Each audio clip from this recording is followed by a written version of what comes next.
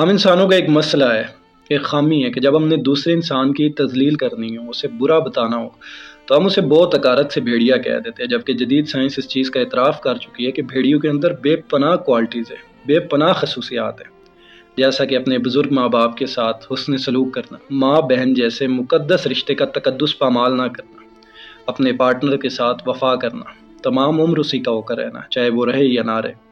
Discipline ہوتا ہے بھیڑیوں کے اندر، اور ایسی بہت سی کوالٹیز ہیں بھیڑیوں کے اندر، لیکن ہم انسان جب دوسرے کو برا کہنا ہو تو ہم اسے حقارت کے ساتھ بھیڑیا کہہ دیتے ہیں۔ اس چیز پہ ایک نظم ہے سرشویب کیانی کی، جس میں انہوں نے بھیڑیوں کا مقدمہ انسانوں کی عدالت میں رکھا ہے۔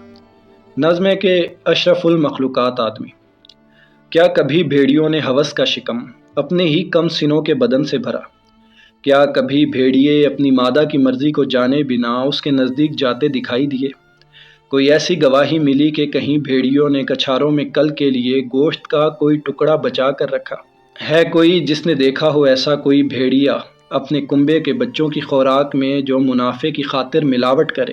کوئی تحقیق ہے جو یہ ثابت کرے بھیڑیے پوری تاریخ میں مذہبوں میں کہیں بٹ گئے، یا پھر ایک دوسرے کو بنام خدا قتل کرتے رہے؟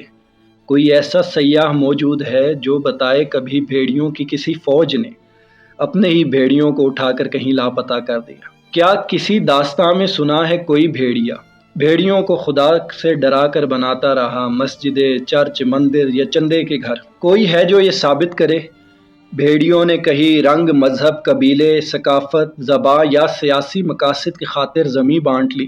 اس زمیں کا درجہ حرارت بڑھانے میں بھیڑیوں کے کسی کارخانے کا کردار ہے؟ اشرف المخلوقات آدمی، بھیڑیا اپنی فطرت میں خوددار ہے، اپنی نسلوں کا ازلی وفادار ہے۔ بھیڑیے کی تلاشی غذا پر سبھی بھیڑیوں کا برابر کا حق۔ بھیڑیا اپنی حد سے تجاوز کا ہرگز نہیں سوچتا۔ بھیڑیا اپنے بچوں کی آنکھیں نہیں نوچتا۔ بھیڑیا بھوک سے مر بھی جائے مگر اپنے جنگل پہ بم پھینکنے کا نہیں سوچتا۔